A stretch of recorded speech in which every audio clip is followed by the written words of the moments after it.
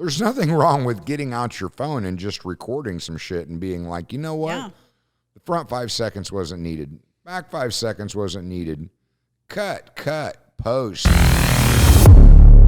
I am the host, Jason Julius, and this is an episode of Entrepreneurial Chronicles, and I have a super cool guest for us today. Her name is Jamie Leech. She is the owner of Theresa's Therapeutic Massage, Spa, and Salon. And I guess in full disclosure, I've known this lady for several years, so I'm pretty enthusiastic about this interview. But Jamie, how are you today? I'm good. How are you? Not too bad, not too bad. So honestly, this is as an entrepreneurial chronicle. I'm looking to hear your story and how you decided you were just going to throw yourself into entrepreneurship, and maybe I learn a little bit of something, and the listeners learn a lot of something as far as entrepreneurship and the path you have chosen. So why don't we? Tell me how life started for you and how you found your way into entrepreneurship. Well, really, I didn't actually start the business, so we'll start there. My mom, Theresa, started the business. And honestly, I wanted nothing to do with it. I was a CNA. I had kind of the mindset that I'd probably go to nursing school. That's just kind of what I thought I would do you had your own life planned. I had my own life planned. So anyway, she had, through my grandpa having Alzheimer's, she found that by massaging him, it calmed him down and settled him. After he had passed, she looked into going to massage school. And so, it really kind of started there. I was young, had a kid, she was doing her thing. And so what happened, she had called and she needed help at her business, like during the holidays. Oh, so it was bringing you in for a little bit of holiday help. Yeah, it was like, and I was... So I went ahead and I went up and I kind of helped her, and I really loved the environment.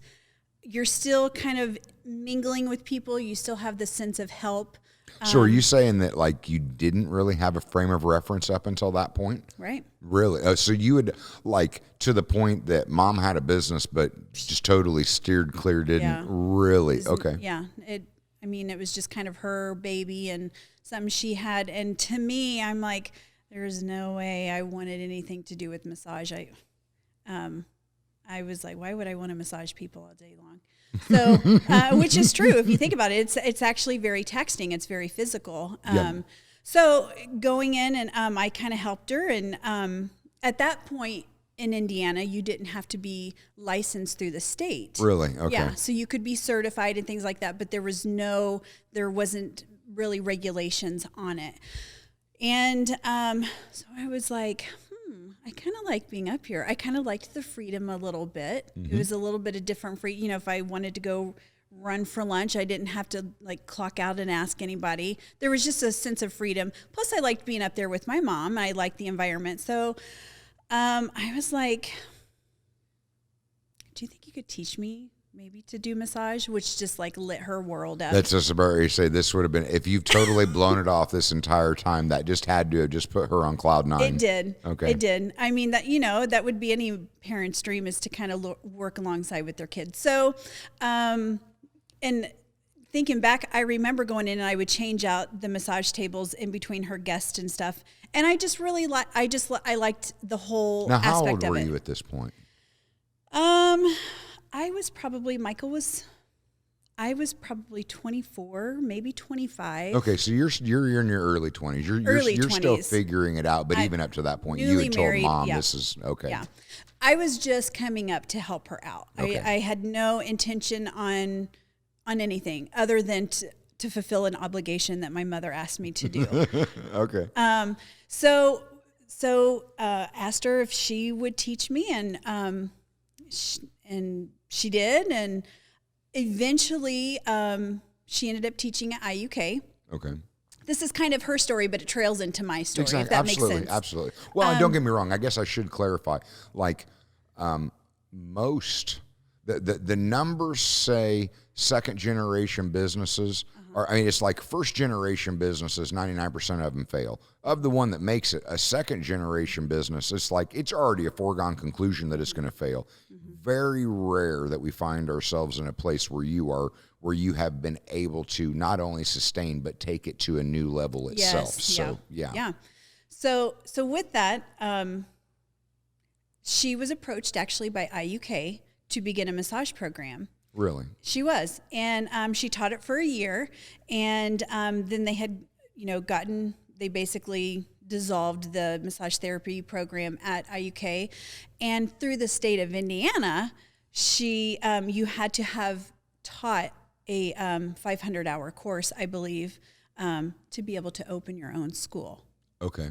So with that, that's kind of where we trickled into. My sister and I, my younger sister kind of got into it as well, tapped into the business a little bit, or the massage therapy.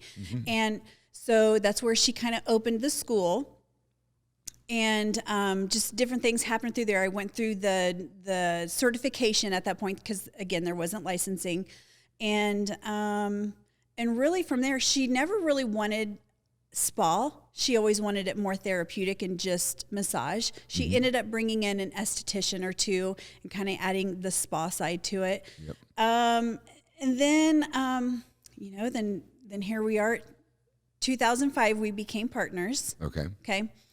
I had approached her about that because I just saw different things that I saw beyond just massage therapy. I thought that I could add all these things and Vision. make it, basically vision. I'm like, if this was mine, this is probably what I would do. You know how you are at work. If this was my place, this is what I'd be doing, not what they're doing.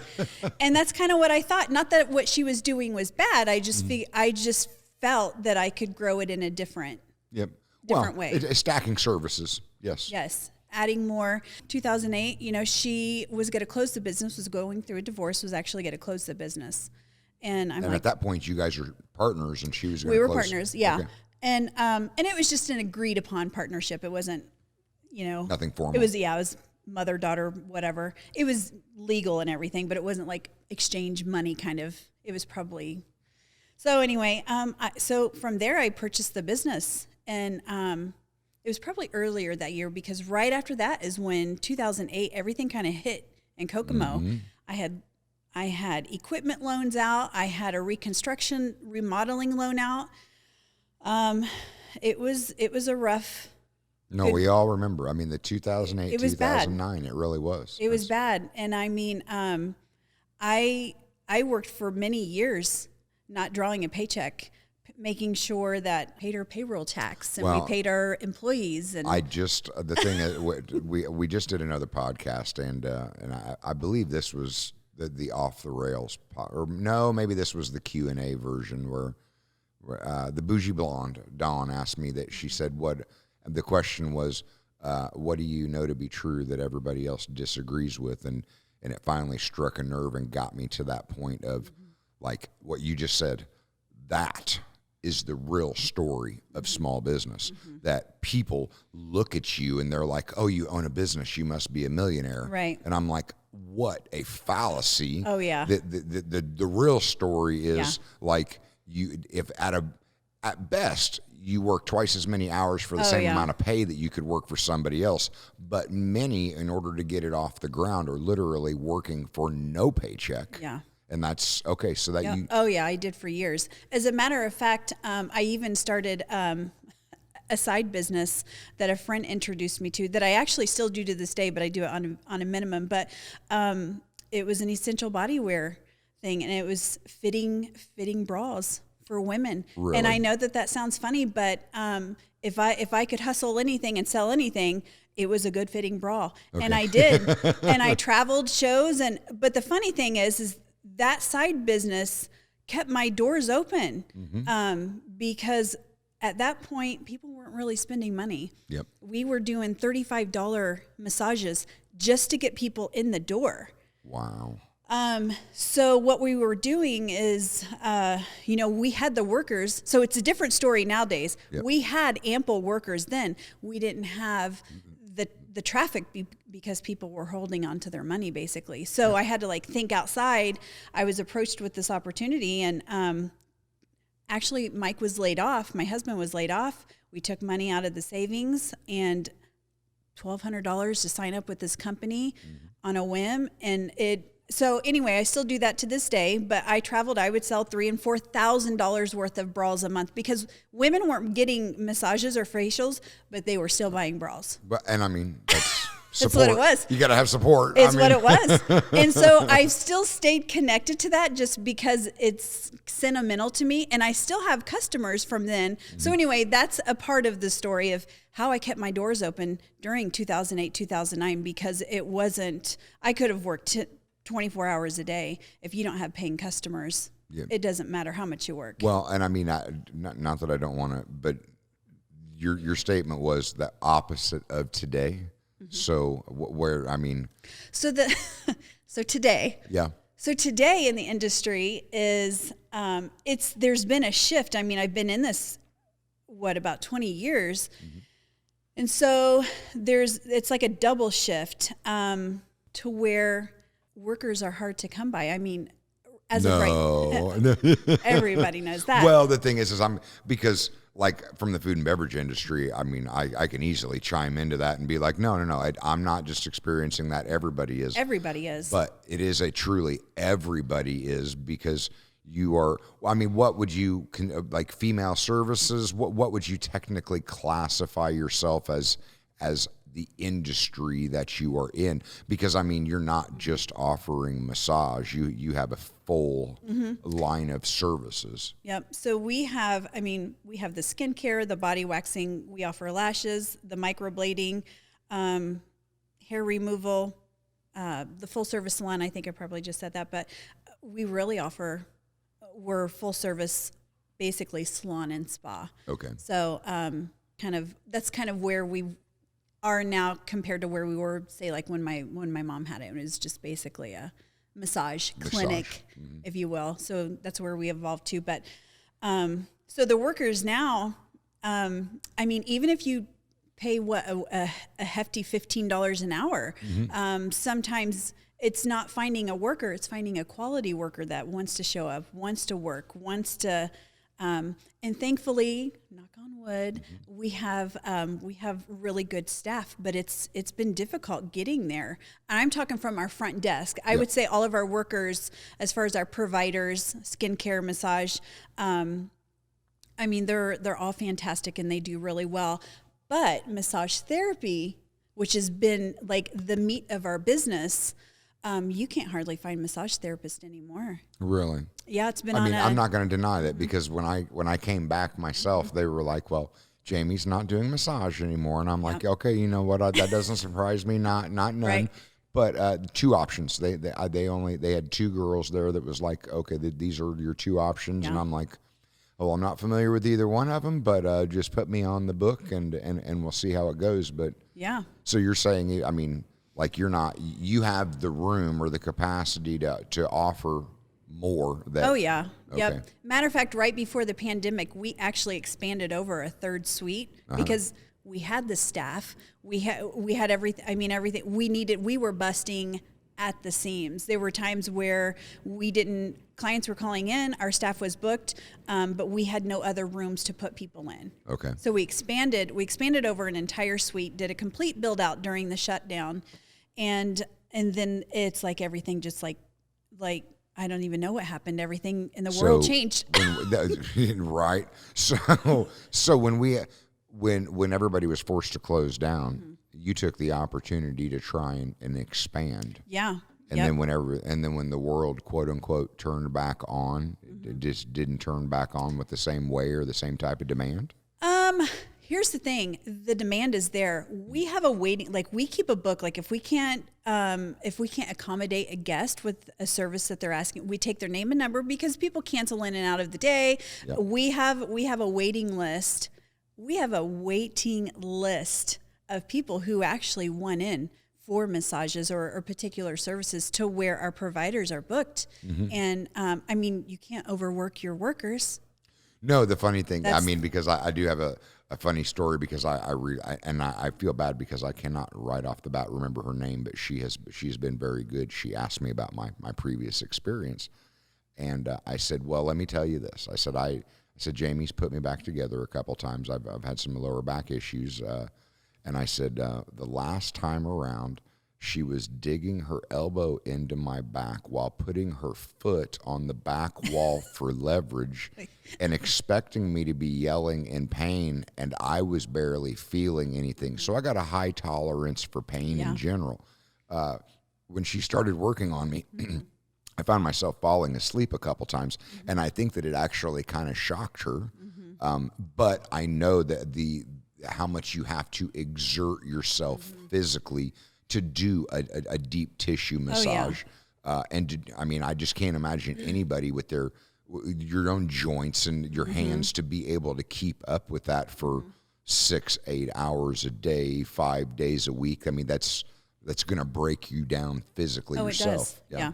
And that's kind of where it's at with our staff. I mean, we've had a few of our massage therapists that's transitioned out, that's went into actual different industries because they've been in it for a long time. Their bodies are broke down. Not that it's not a good industry, but looking back 20 years later, I wish I would have worked my body differently in massage therapy than I did back then. Yeah, different movements, different techniques. Movements, but body mechanics play in. Don't do deep tissue if they're not paying for deep tissue. That's the thing. Yep. But but you can't overwork your good workers that you have because they need to recover. No, and ideally you would have a surplus of them where you could rotate them out to be able to actually keep up with the demand itself. Yeah. And not the case. Not the case. No, massage therapy's been enrollment for schools have been on the decline for probably about a good 10 years. A school close in the Alexandria area closed down not too long ago, not because of economy. I believe it was different reasons. But it was a good school, and it's finding a unicorn out there. Well, and the bad thing is and I'm not going to name names. There's another local business here that they put out basically a begging for jobs, saying if we can't get the employees, another local iconic business will close down. Now, in my head, I'm thinking marketing-wise, that's not smart. You can't. You might have success in guilting a customer base to come patronize you for being such a long-standing business, but you're definitely not going to guilt people to come apply to the job. But that's not. Then you've got the haters and the. I'm trying to think of the word. I have disdain for them. Like the internet stalkers, the trolls, and the over opinionated POSs that you probably can't get employees because you're not paying enough. Right. And I'm like, how do they know what their pay is anyway? And it's an assumption because they're in the food and beverage industry. Right. And I'm like, I want to get out there for all, at least because I can speak for small businesses, but specifically in the food and beverage industry. And I'm like, hey, I'm paying people very, very well. It's people don't want to work. Well, why don't they want to work? Well, because the government told them, sit on your ass and do nothing. And this generation is like, hey, that sounds like a great idea. Yeah. And minimum wage is $15 an hour, and if you're not making $15 an hour, you're not being paid your worth. And I'm like, I've been screaming this forever. You force wages up like that. Yeah. The only person that wins is the government. Oh, yeah. Because they collect more in tax, but they're also causing inflation, which means we're on our way to $5 loaf of bread. Yeah. And I'm saying all of that, and you are lending to the credibility of the statement that we're not talking about food and beverage. We're not talking about a low-end career. This is a legitimate career choice that people can choose to go into. It would be almost considered a form of a medical services, and you cannot find qualified help where it's actually quite a high-paying job in general. Oh, yeah. I mean, in most instances, I don't know. I know Chrysler pay is different. I mean, my husband works out at Haynes and things like that, but probably making more so than a factory worker, a union factory worker. But it's physical. People don't want to be physical, and and so I don't know where the drop is in that of massage, because we've always had like a pool of massage therapists, and now that we've been in this industry for such a long time, some of those that's been in the industry have worked their way out. And it's almost like, I mean, a trade labor, I guess is what I'm getting at. Yeah. Is that well, because I don't want to be like a stereotype, but I'm like, I imagine I'm one of the few males that actually comes into your establishment for service. No. Not at all. Okay. Nope. We have gentlemen, of course, they come in, get their hair cut, but and that's actually a good question, because a lot of people will ask, they're like, do men come in and get pedicures? They come in and get facials. Now they might not come in as much, it's not a 50-50, but with the pedicures or facials. But when it comes to massage therapy, I would say it's equivalent to a 50-50. Really? Hey, and you know what? And I'm going to be honest, like, guys, like, if you ain't never had a pedicure, like, it's the shit. Like, and the thing is you spend 8 hours a day on your feet. Yeah. Like, you should take care of your feet. I remember seeing this documentary where, like, NFL football players, obviously they're loaded, but they're the first ones to be like, I no shame in my game. You'd got to take care of your feet. That's kind of your moneymaker. Well, all of us, that's, no, there's nothing wrong with a good pedicure. You walk out with your feet feeling like they just went to the day spa themselves. So no, like, if you have never had a pedicure, I highly suggest you give that a try. Yeah. That's Here's the cool thing with our pedicure room is it's a room, and let's say we have a husband and wife in there, because a lot of times if it's someone of your age or maybe a little bit younger and they feel a little weird about it, we have a door where we would just simply close the door and the passersby wouldn't see. Sometimes that makes gentlemen feel better, because they might feel weird the first time, but after that, they're sold. And the thing, I don't know if it's an ego or an embarrassment. It's an ego, I think. Because the thing is, it ain't no different than like a guy goes to buy rubbers or he goes to buy tampons, and all of a sudden he's all embarrassed. And I'm like, sorry, man, there's no shame in my game. I do not care. A pedicure, it's not a big deal. It's not a big deal. We're not polishing your toes. unless you ask. Yeah, and that's, and hey, that's because that has happened before. Oh no, and don't get me wrong. Actually, we have one of the guys, and it caught me off guard for a second.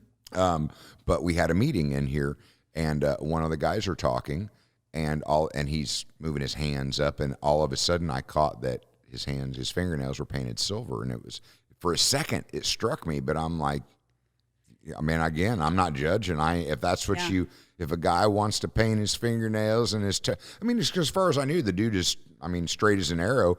Not like I care one way or the other, but the point is, in this day and age, there's anything and everything out there, and it's like whatever makes you feel good or the way you want to express yourself. And I'm sure that you probably just get all types. We get all types. Yeah. And that's the beauty of servicing and being in the service industry is with taking care of people. It's just a unique experience. You get to meet different people, you hear their stories, and sometimes you connect, sometimes you don't, and that's just how you build relationships with clients, really. So you a business like this puts you up close and personal with people. So how is that experience? Let's just say over the last 20 years, but then I'm more kind of over the last 2 to 4 years, the attitudes, the mentalities, the difficulties, for instance, so Starbucks is testing out, and I can't remember what state it is, but they're testing out a faceless, pickup only, order by mobile app only business.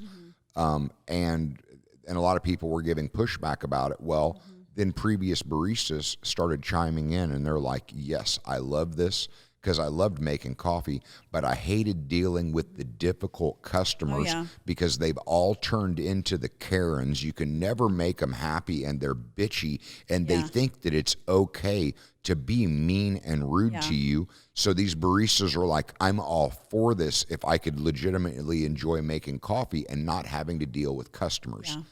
I mean, you are up close and personal having to deal with these customers. I mean, like, so what's your opinion on the attitudes and the mentalities? And I mean, has it just been a very pleasant experience in general, or no? No, I mean, here's the thing.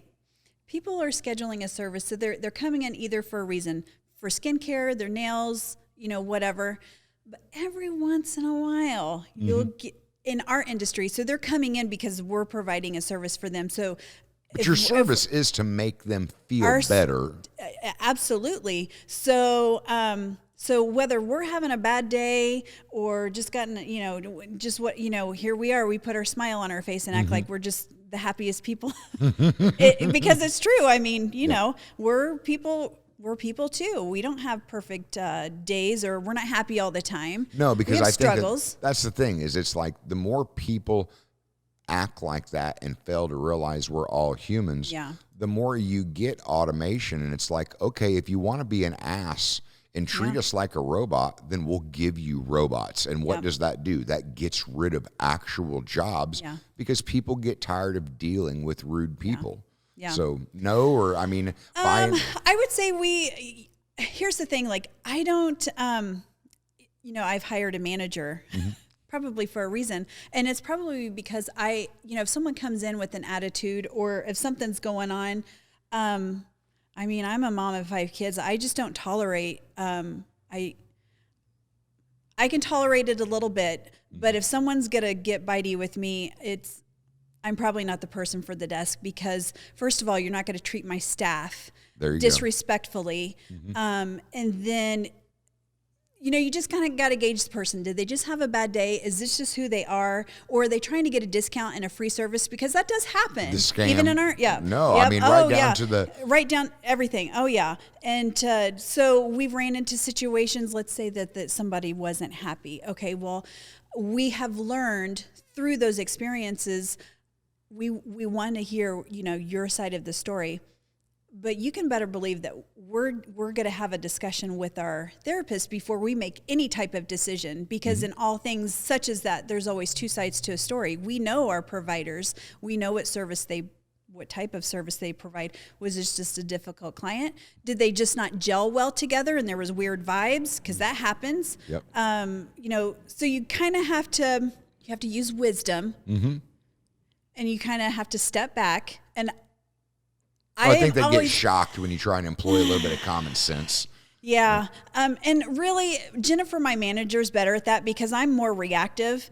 I'm always, not really, but I mean, if someone wants to get mad, I'll accommodate, but there comes a point where I'm done being nice. Well, no. And I mean, I'm of the personal opinion that, because this is what I tell all my employees, 99% of the time, we have messed up in some way, and the customer is mad about it, and we need to do everything that we can to make it right. I totally agree, yes. But there's that 1% of the time that whether we determine it's a scam or just that the belligerence and the disrespect of the customer has went so overboard, that's that one time that you step up and tell them to get out, that you don't want their business, so that you can send a message to your employees that you will not allow them to be treated in that manner. That they need to know that when that line is crossed, that you care just as much about the people that are there helping you perform the business as you do the customers.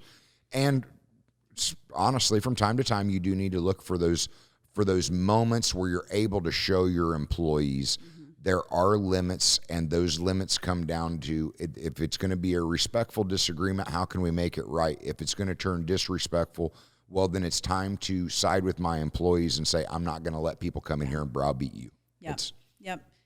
And that, I mean, we don't run across that a lot. No, thank God it's few and far between. It is. Yeah. It is. We actually had a situation like that. I want to say it was probably a year ago. A lady had purchased a gift card for her mom, booked the service for her mom. The mother came in, wanted a different service. So we charged according to what the guest wanted, not what the daughter had booked. And it was a different price. Because all services are different. Seems legit, right? I mean, the lady didn't want this service.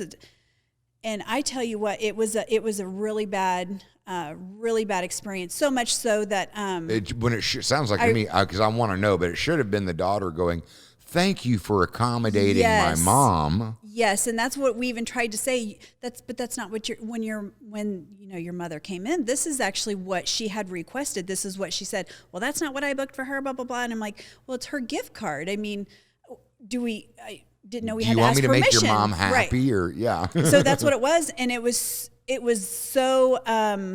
so like vile. Wow. That I ended up paid my provider for working on the mother. The mother loved her service, came back, hugged the therapist, this, that, and the, I mean, just this, and that was the other part. It was like, but this, I think it was, I'm going to tell you how dumb it was. It was the difference between like a deep tissue and maybe like a Swedish, you know, or maybe it was a combo massage and a Swedish. That's how like minor it was. It wasn't like it was a difference between $50. It was, anyway. Yep. I refunded the entire gift card and basically just told her she can take her business elsewhere. You know what I mean? I mean, what we want to do is provide what the guest wants, you know, within reason. And, oh yeah, she flipped her lid. I've actually never met anyone like that in my life. Wow. And unfortunately I had to deal with her. I'm like, take your money. And I'm sorry that we can't take care of your mom because she really enjoyed the massage therapist that took care of her. And, but we're just not the place for you. And I mean, I'm gonna be honest. In the beginning years, it was like, you need money. Like cash flow is such a huge deal. Today, the last couple businesses that I've bought to work into my whole, let's say, universe that I'm trying to build to support the franchise business, I have been able to come in and be like, I'm the ringer. Like, my business, bringing the business to the door, is the self-sustaining business. And I mean, I love serving people. Like, I care about people. I want to champion small business, but the almost like the relief is that I don't have to deal with assholes. So when I've had to come in and those difficult customers that want to play those games or find something to complain about because they're just looking for a discount, like, I have been able to, without any reservations at all, be like, if you want to be a difficult person, go deal with somebody else that's willing to deal with you, because I don't need your business. And that's not to say that I don't appreciate business. I mean, business is capitalism, and I want business because I went into business to serve people. Right. But not the assholes. Right. Like, they can find somebody else that they can play their games with. And it's sad that you actually have to take that kind of point of view about it. But there are just difficult people that I'm like, I look to meet expectations and exceed expectations. And at the point that I realize I'm never even going to be able to meet somebody's expectations, much less exceed them, then I'm like, we're not your service provider.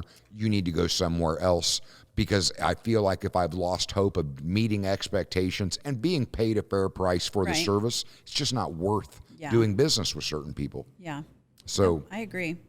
So how do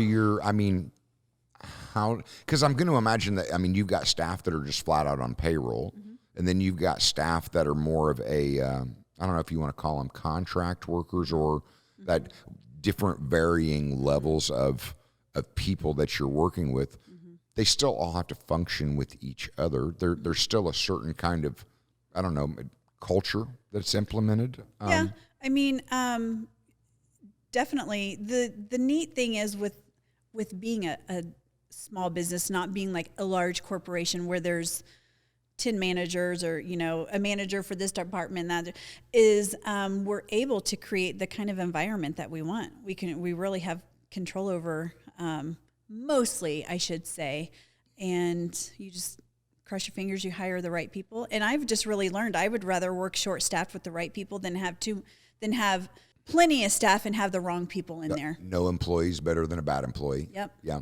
That I've learned that myself over the years, Yep. that level of toxicity Yep. can really screw up a group that. Oh yeah, you get one. I mean, it's true. One bad apple, one gossiping, bad-mouthing person can just wreck a train. Exactly. Wreck the whole vibe in the place. So, thinking in terms of business in general, how have you embraced technology, or have you? Do you feel like you've had to? Wait a minute. I know you embrace technology because as soon as they set an appointment, my phone is going off. Yeah. So I'm like, how do you? What kind of technology needs were you late to the game embracing technology? Were you on the forefront? How has it helped? I mean, I know some of my technology is. It's like it's helped tremendously until it doesn't work, and then it's really frustrating. Right. Like, So it's funny because I don't know, maybe 5 years ago, maybe it's been a little bit longer than that. We did everything by a scheduling book, right? And we checked them out with QuickBooks and this, that, and the other. And I just knew we needed to move to a software system. First of all, so people could book online, kind of link everything together. And so we did. We have a software system, a scheduling system basically, but it pulls up and, it can pull up any kind of report basically within the business. But it's cool because we can, as soon as you book an appointment, you get a text reminder or a text confirming the appointment. And then a day before, you would get a text reminder. So I don't know, we're probably a little late to that game, but only because like I'll have an idea and I'll kind of sit on it for a while. And with that, I wanted to find the right system. At this point, we're kind of looking for a different software system because this one I feel like has a lot of bugs and, different things. the company themselves just didn't continue to develop and build it out? Oh, no, I think they do. But there's, we'll be in the middle of a day and it doesn't happen a lot, but it happens enough to where if we have, I'm not kidding, 50 spa services scheduled in one day and the entire software system goes down, we can't process credit cards. It happens. We can't process credit. Worst time. Yeah. And so we're pulling, who's got the hotspot on their phone so we can, Yep. So, but that's just kind of technology, really. I don't think we're getting away from that. Man, don't I know. But when it works. It's great. When it works, it really works. Yeah. If we did, I don't know what we would do without the internet. I mean, So marketing. Have you really had to do any marketing, or has it been a lot of word of mouth? I feel here's the thing. I'm actually like a great marketer. I love marketing. I don't have time to market. Yep. You know what I mean? I have great marketing ideas, but with all my kids and I work in the spa myself, so I don't have the time. You still work inside the spa yourself? Because I was about ready to say, I'm sitting there going, that is truly a testament to a strong woman. Yeah. Married, 5 kids, running a full business, energy level still. Here, that's the thing is that, so generally speaking, if you find a mechanic like that works on all everybody else's cars, their car is shit. Like they don't take care of their own car. Do you utilize your own services to actually keep you put together, or? Yes and no. I probably don't get massages. Well, I definitely don't get massages as much as I should because when I'm done working, I work a full-time job just like everyone else, and then I also run the business. So it's like I'm in it. That's the small business story. That's the small business I go struggle. home and people are contacting me and I'm switching appointments and can't, so no, I do not get away from it at all. So do you feel like you take I take care of myself? Yeah. Yes and no. I go get my nails done. I get my lashes done. I get other things done. Do I do it as much as I would want to? No, probably not. Because when I'm done working, I got to go home and do my home 20 stuff. other things, exactly. Yeah, but I do try to take time to get facials every once in a while, and I probably get more facials than I do massages, unfortunately. And I think I would be opposite. I would be having like a massage 3 days a week. And right. You would think so, but it just doesn't work that way. I think most of all of us within the business, or if you're a service provider like that, I mean, you really have to take Fridays are kind of my days where I'm working, but I'll usually work from home, or I'm in the spa training. And so if I do anything, it's most generally on Fridays. Okay, so I mean, I got to ask, like one of the, and I mean, and honestly, it took me beating my head against the wall for several years for it to get into my head. One of the biggest mistakes or one of the biggest conundrums that small business find themselves in is that you should lead the business, which means you can't be in the business. You have to be working on the business. And you're saying that you're still working in it full time. Does it feel like a vicious cycle that you're stuck in, or you do it because you love doing it? I mean... Yeah. So I mean, you're a very intelligent woman, so I've got to know that you're looking at this, knowing the difference between working in it and working on it. Yeah. So about 3 years ago, I was at a point to where the girl who does my payroll, she has actually been with me since she was probably 17. She's an RN now down in Indy, but she still does my payroll to this day. Wow. Yeah. They make companies for that, but I mean, hey, yes, she does. Well, our system does it. She print, anyway, it's all through. Anyway, but I was at a point that we were growing and getting so busy that I had to make the decision, do I hire, and she was also my manager as well, but do I hire a full-time manager, or do I need to step back from working on guest, which is also bringing in money, and run the business myself and maybe just work 1 or 2 days a week. Or maybe do both. And it's just so happened about that time, one of my friends / distant family members had quit a long-time job. And I felt kind of prompted to message her. And I'm like, no, you know how you go back. And I just thought, oh, well, messaged her and came in, did an interview. She had some interviews at some other places and hired her as a full-time manager. Now, that's twofold because she does work the desk 2 days a week for me, but she also does all the management side of it. Other than I've still got my hand in it. Like she doesn't usually everything's ran through me, if that makes any sense. But no, I mean, the thing look, that you got to wear hats. I mean, you got to wear a lot of hats. Yeah. So you found hats that you can give her to wear. Yes. And she, she is really an asset to me. And we love each other like sisters, and sometimes we bicker like sisters. I mean, not in front of people, but You sure not sometimes? I mean, yeah, I know, because I'm guilty of it. I've been caught I don't think so. I mean, people probably know when we've got a little spat going. They could probably feel the bad vibes going on. But I mean, that happens. But we've always worked everything out, and at this point in my life, I'm not ready. I love doing what I do. I love working on guests. I love the services I provide. So I'm not ready to step all the way off the floor. I mean, me taking myself off on Fridays to do ordering and do marketing, if you will, or do the things that I do was a big enough step in my book to do those kind of things. And that's where her and I can kind of connect and go over different things if we have to. But so I'm not ready to do that. I feel like I'm still, if I'm young, I'm almost 46. I'm still young enough. I want to work on people. Okay. I like that connection. No, that human connectivity is such a big deal.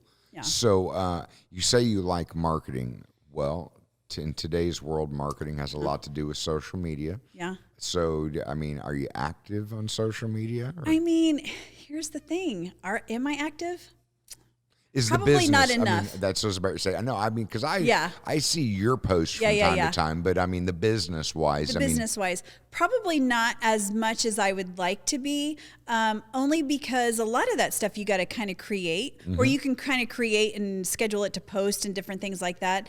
A lot of things that you see me post, it might be 10 o'clock at night, and I'm like, I'll throw something together and throw it out there. Do I do it as much as I would like? Absolutely not. Not at all. I would love to like start I've even talked to some of my younger receptionist girls, let's start a TikTok account and do all that what do you have time to do that? I got 15 minutes in between guests. And so no, there's a lot of things that I would love to tap into, but there's only 24 hours in a day. No, I mean, what do I do? That's hire a full-time marketing scared rabbit. Well, I mean, don't get me wrong there, because we have come up with ways ourselves that actually makes that stuff easier. We had one lady that she runs a car lot, and she believes that there is a niche of a customer base that wants to do business with people that are just fun. And she wanted to know, well, like, I want to get involved in TikTok. How do I get involved? And I was like, so go buy some GoPros and tell your people to catch as much raw content as possible. And then I kick it to my video editors, and then they turn it into postable content.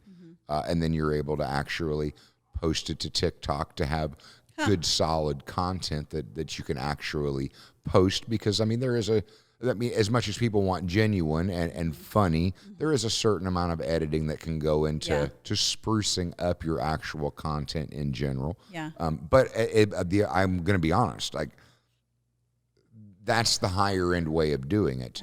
Today, there's nothing wrong with getting out your phone and just recording some shit and being like, you know what? Yeah. The front 5 seconds wasn't needed. Back 5 seconds wasn't needed. Cut, post. It's not, I mean, people are always looking for anything and everything. And I'm going to be honest. I mean, at this point, when I am like thousands of posts later, the weirdest shit will go viral, and you just don't even, like, you don't see it coming. Like, the best stuff that you're like, oh, they're going to love this, falls flat. And then shit, you're like, you know what, I need to post something, so I'm going to post this. And all of a sudden you blink your eyes and you're like, holy shit, that's been seen thousands and thousands. You don't know what is going to catch the viewer's attention. I mean, I have to laugh. Like, so in Indianapolis, one of the stores I told one of the girls that I wanted her to start working on the TikTok account. And I mean, she was posting this and that. And then all of a sudden I caught that she was just like dancing in front of the camera. And I walked in the next day and I said, yeah, you can't do that no more. That's not, I said, go to TikTok, find out what is going to, what the trend is, and understand it enough to say, how can we apply this to our business? So out of nowhere, she went and bought these little miniature cups, and she went to our soda fountain machine, and she filmed that she was just filling those miniature cups. And then she walked, and a little, again, just true to our form, little red straw coming out of it. And then she walked into the back and gave it to our store manager. Okay, well, most people that know Matt's a real big dude. I mean, he's like somewhere 400 or 500 pounds, but he's 6'7". I mean, like, Matt's a big dude. Yeah. Gave this little cup to a real big guy, and he took it and literally tried to drink it. That shit got seen funny. 20 million times. Yeah, that's actually really funny. Okay, but I mean, I would have found it cute, but I mean, like, you never know what the algorithm is going to catch and just like go fire. And I'm like, in your industry, I'm like, I don't know what kind of follies and mishaps, but I know when you got a group of women together, anything's possible. Anything's possible. Yeah. Yeah, you just got to have a camera up so that you catch it in the moment, so that just a little bit of editing is able to tweak it and get it to a good postable. But that wasn't where I was going was, you say you have a passion for marketing, you enjoy it. Well, maybe that's your transition, is that over time you come off the floor and you replace yourself and then move into the marketing side, where your job is, because that's where I have gotten more comfortable, that to remove myself from the business and say, my two jobs are to, number one, protect the business, and then number two, to drive traffic to the business, the marketing side of it. And in a lot of ways, when I removed myself from the floor and was like, I'm going to trust and I'm going to let them, they did it. The processes have to be right. They've got to know the proper processes and procedures. But I mean, I'm a happier individual not being on the floor at this point, but it does take a certain something to define a new role that does have to be covered in the business itself. And so we are as we're starting to wrap this up. Do you want to be found on social media? Do you? Of course. Well, I mean, because I'm sitting there going, you're very much a brick and mortar business. So definitely, I mean, let people know where they can find you, how they can contact you, both like on the ground and virtually in general, because like I can attest she's got good services. I mean, I went in and out of it over the years, but at this point, especially with the workout programs that I've been in, I mean, like I have a standing every other week massage, and I usually hear you always coming in. It's funny because you have a very distinctive voice, and I'm like, that must be Jason out there. And that's funny because I've been told so many times that I have a radio voice. Yeah. And then I get smart asses that tell me that I have a radio face, and I'm like, all right, that's cool. But that was the thing of the podcast itself that I'm like, you know what, we're gonna put this to the test to see if to see how distinctive that voice is in general. But yeah, as I digress. Well, so we are located in Webster Plaza, which is kind of over there by Jackson Morrow, where Southway and Alto merge together at Webster. The address is 4027 South Webster Street. And our website is ttmassagecenter.com. And then we are on Facebook. Okay. We are on Instagram at Theresa's Spa. And, we don't have a TikTok yet. No, and that's what I said, guys. I'm coaxing her towards the TikTok. Yeah. And I don't want to, the reason that I'm kind of just, one, it's fun. It's like, it's a platform where like anything goes. I totally agree. But the wonderful thing about TikTok is that people our age, the way TikTok's algorithm works, you have the ability to develop a very large following organically. Mm-hmm. Okay, that was exactly how Facebook and Instagram was in the beginning. Mm-hmm. So when you find people that have got hundreds of thousands and millions of followers, that they did that in the beginning stages of Facebook and Instagram. We never experienced that. Yeah. We are at a point where if you want following on Facebook and Instagram, pay them. Like you have to pay them to push your content out. They go out of their way to suppress, in essence, because you can have 1,000 followers, but if you post something, like they'll only let 50 or 100 see it. You have to pay them to even push out content to your actual following. Yeah. But they were like TikTok is. We just didn't experience it ourselves, where you could literally post something and before you know it, thousands, hundreds of thousands, millions of people see it because they're starving for content. That like they have more demand for the content than they have content. Yeah. Facebook and Instagram is not that way today. They have plenty of content and they're in the advertising game. So they're trying to get paid. I'm sure at some point TikTok will be trying to get paid, but right now there's an imbalance on a lot of demand and not enough content. So, and it's exhilarating. I'm not going to deny that I was, when I saw that video, I thought, ha, that's cute. But when I saw that video hit 500,000 views, I'm like, holy shit. And then when it broke 1 million views, I'm like, are you That's crazy. Do you get paid for that? You get paid for that yet? No. Because the thing is again, because mine is I really do. I look at it like a long game. It's a marathon. So I'm not worried about monetizing the peanuts. I mean, I'm trying to build a major following, which will lead to major brand recognition because I'm trying to grow a national franchise brand. But I mean, like when I talk to Matt and he's like, it's been seen 10 million times. That's crazy. Like, are you gonna have to look at that. No, I like, right? I'm totally because I'm sitting there up. going, we literally have 250,000 followers. And I'll be honest, like the effort was not like you would expect to literally develop 250,000 followers. Like, I mean, this wasn't the only one. There was some actual consequential follow-ups that they did with this little thing served to a big guy. Funny. That there's a couple of them that have been seen a couple million times. And the bad thing is it's like you get that and it's like, well, I mean, how are you going to beat that? Yeah. Well, I don't know, because the thing is I remember popping off when I was trying to get them involved. I was like, I'll pay $10 for so much, and I'll pay $100 for so much, and I'll pay, I think it was $1,000 it was 100,000 likes, or I believe, because at first off they wanted to get me on views, and I was like, I didn't say $1,000 for views. I said likes. Well, I mean, when the shit hits a couple million views, so like we literally had to put together another TikTok. The shit broke 100,000.